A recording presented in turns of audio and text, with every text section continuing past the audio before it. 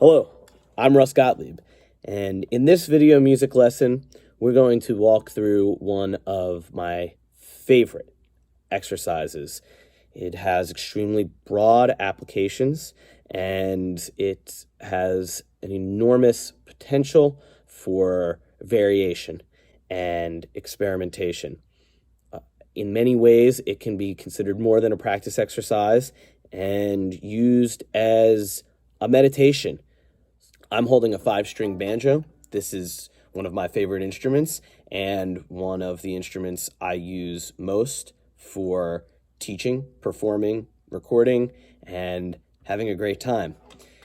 But this is an exercise or technique that can be used for any musical instrument and even any sound-making device. So I'm really excited to see what you are going to do with it. So like and share this video. Please subscribe to this channel. Reach out with any questions, please. And enough of that. Let's get on with this super awesome exercise. So here's what we're going to do. The idea here is that we're going to take one sort of musical unit. That can be anything. Perhaps the simplest thing would just be tapping on a surface, whatever that surface is. But again, I'm going to use the banjo as an example.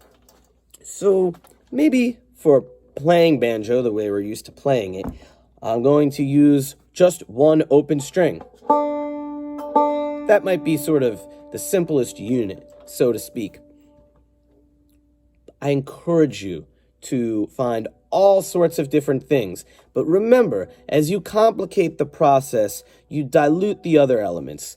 So maybe you're doing one string, and we'll just use that for now. One open string, and the left hand is completely free. And I'm even making it even simpler. You see, I have 3 finger picks on because I play with 3 fingers, but I'm just going to use my thumb. And the idea here is that sort of the goal is to start off playing as quietly as possible. And gradually as possible, start to increase intensity and add volume. Now, I should say to begin with, that quietest volume, that's going to be the lowest volume that you can possibly play at comfortably. And we're going to get a little bit into the details of how you know whether or not you're comfortable. Once we're there, we're going to bring that softest volume up to our loudest possible volume, comfortably. And once we get to the loudest possible volume, we're going to come back down to the quietest possible volume. Now that's the basic goal. The sort of sub-goal, which is just as important, is to do that as gradually as possible. Now, that means that you want to expand the amount of time that you're taking to get from quietest to loudest without staying in any one spot. If you're just playing the same volume over and over again, well, you're not really expanding that time. What I mean when I say as gradually as possible is that every single time you produce sound, you want it to be, if you're going from soft to loud, you want that to be the smallest amount louder you can possibly play each and every time. And then when you get to the top and you turn it back around, it would be the smallest amount quieter you can play each and every time. This is super cool. This builds 2 things at the same time that are distinct but go hand in hand, and those are control and awareness. As you go through something like this, the more times you go through it, you build awareness of your own playing, but also of the intensity of sound, or volume, as we call it.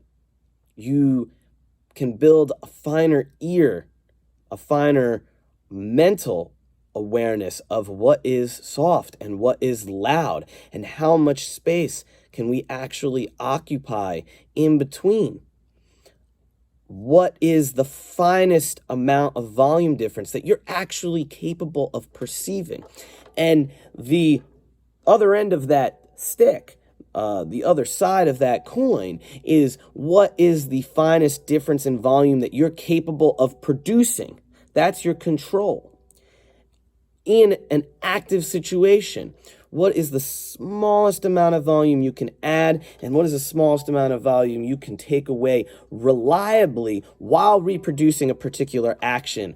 So that takes me back to why you might want to choose something very, very simple, like playing one open string with one finger, or maybe a downstroke of a pick, or maybe one particular breathing technique if you're playing a wind instrument. I'm not a wind instrument expert, but I'm aware that you have to breathe in them to produce sound most of the time, and people use different techniques for that. So you want to pick something very simple, maybe. Maybe you want to pick something a little bit more complicated. Maybe you're working on a particular chord, or a particular song, or a particular pattern, like a scale or arpeggio. And you want to really work on that thing, and you don't have a lot of time to practice, so you consolidate and push yourself to constantly increase your awareness and increase your ability to maintain focus on multiple things at once, integrating them into each other. Okay, so now that we have our deal, we have our goal, our idea that we're working off, going from the softest we can play comfortably to the loudest we can play comfortably, and then turning it back around with as gradual a process as possible. We're going to add one more element to this. Now, you don't need to use this part, but I strongly encourage it. And that's going to be a pulse, a regulated division of time. There is a famous tool that should be in every musician's arsenal to establish reliable pulse.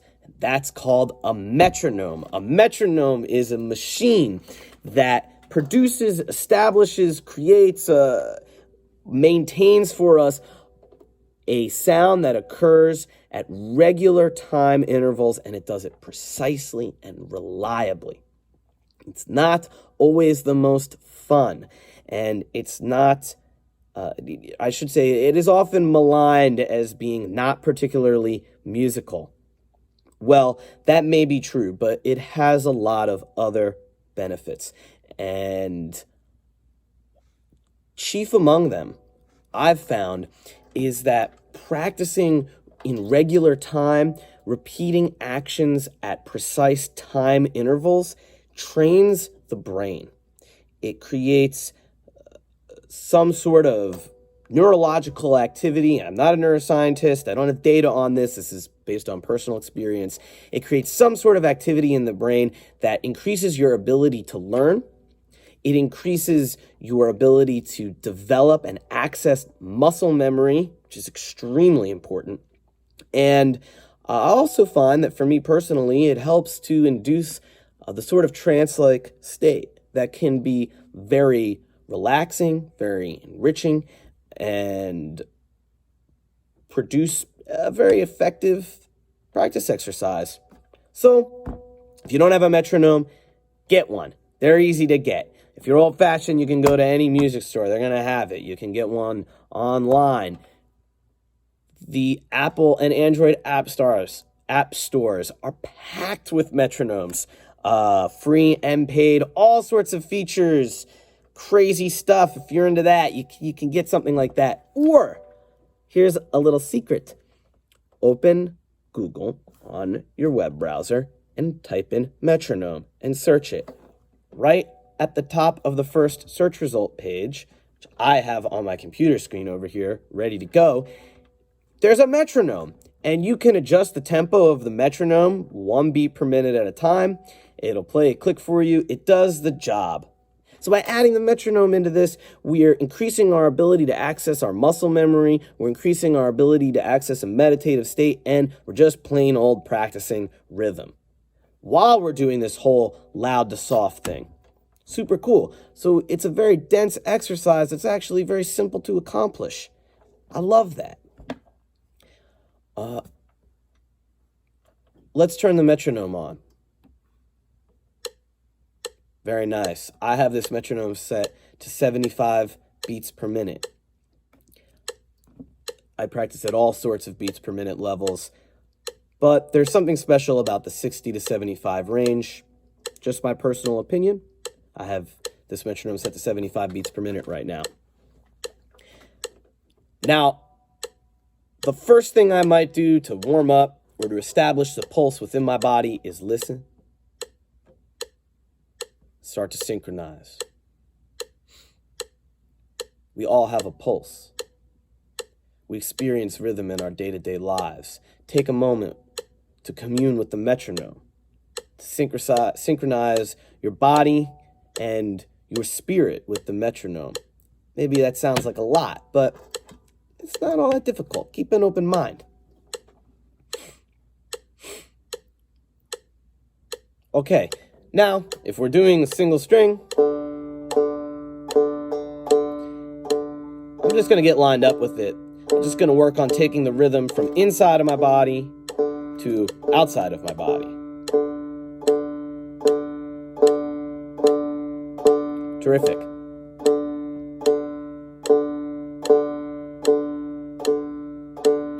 Now, to make things a little more interesting, I'm going to add a rolling pattern to this. So maybe I'm practicing one of my banjo rolls. That's a 3-finger pattern that is used on banjo, used for all sorts of finger picking. That is instrument specific, but again, you can pick anything. The 3-finger roll has nothing to do with this per se. It's just what I'm choosing to make it more interesting.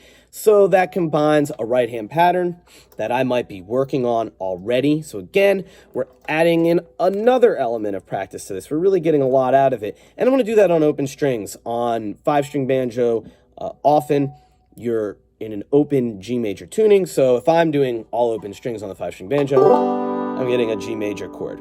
So I'm also practicing my G major chord. That may be relevant if I'm working on a song in G major. That may be relevant if the G major chord is new to me. Open strings might be new to you. That's okay. That's great. If you're a beginner, open strings are new to you.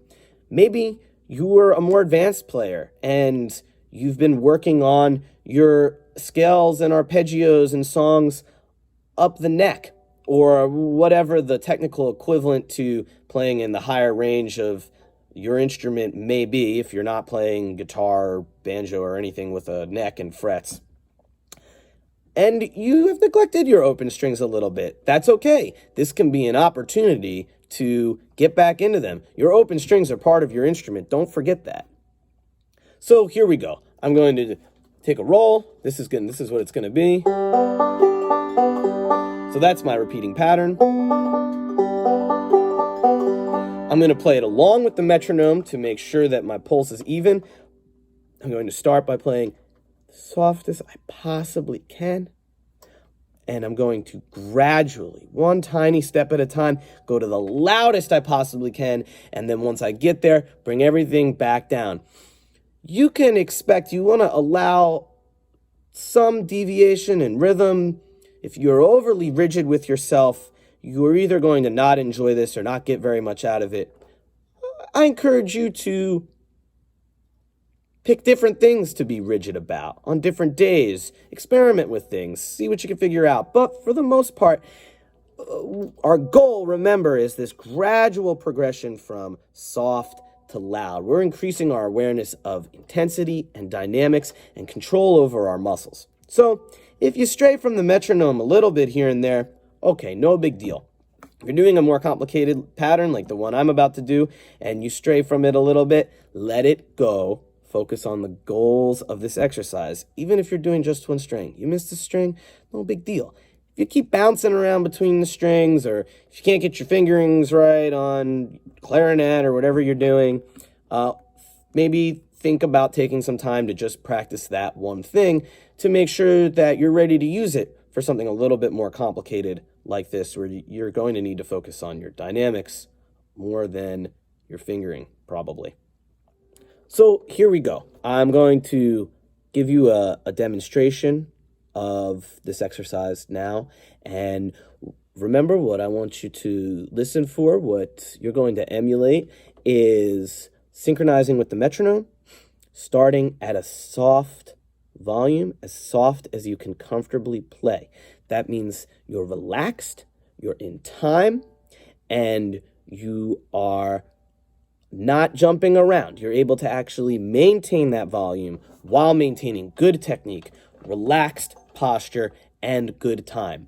You're going to carry that all the way through to the loudest you can play with all of those things. That's what I mean by comfortably. And then turn it back around. Here we go.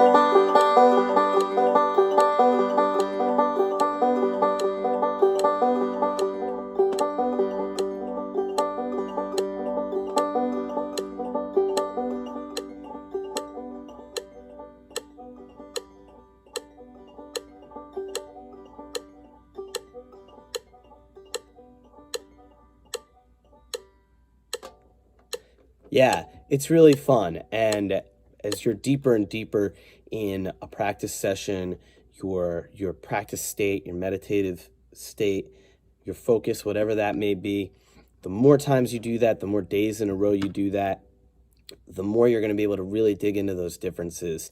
And nothing's hard and fast here, except maybe that pulse. Experiment with it. Let me know what you come up with. I'll give you another one. So maybe you're working on a song that has a particular chord change that occurs many times. We'll pick something simple, just G and C, G major and C major. So you may pick an amount of time to play each chord and alternate between them. Again, this is another level of complexity, but it can also lead to another level or type of awareness. Quick example.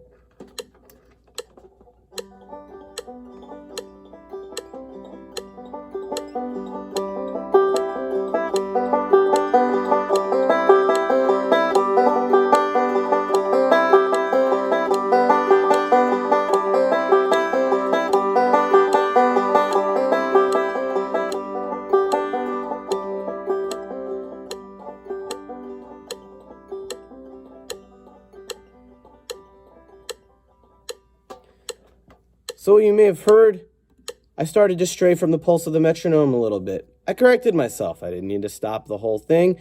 And now I know, whoa, when I was just doing the G chord, I was fine with the pulse. I added in one more chord, all of a sudden I'm speeding up. There are a million reasons why that could be. But by going through the process, I'm increasing my awareness of myself, of my instrument, of a pulse, and now I'm alert. Whoa, when I go from G to C, I sped up. That's something I'm going to be looking out for. That might be something I go and practice later. This technique can expose all sorts of things in your playing, and it will really strengthen you as a musician, and I like to think as a person as well. So, I hope you enjoyed this. I hope you took something from it. If you have any questions or comments, please write them. Like, share, subscribe. Remember, I offer private lessons. So if you'd like to really dig into this and other similar techniques, maybe you'd like some help developing a practice routine or consolidating your practice time so as to make your practice more efficient. Get done in 20 minutes. What might take 40 minutes. Let me know. I would love to help you with that. And again, have a beautiful, enriching time with this exercise, with your practice time, and with whatever you're working on. Thank you very much, and I'll see you in another lesson. All right.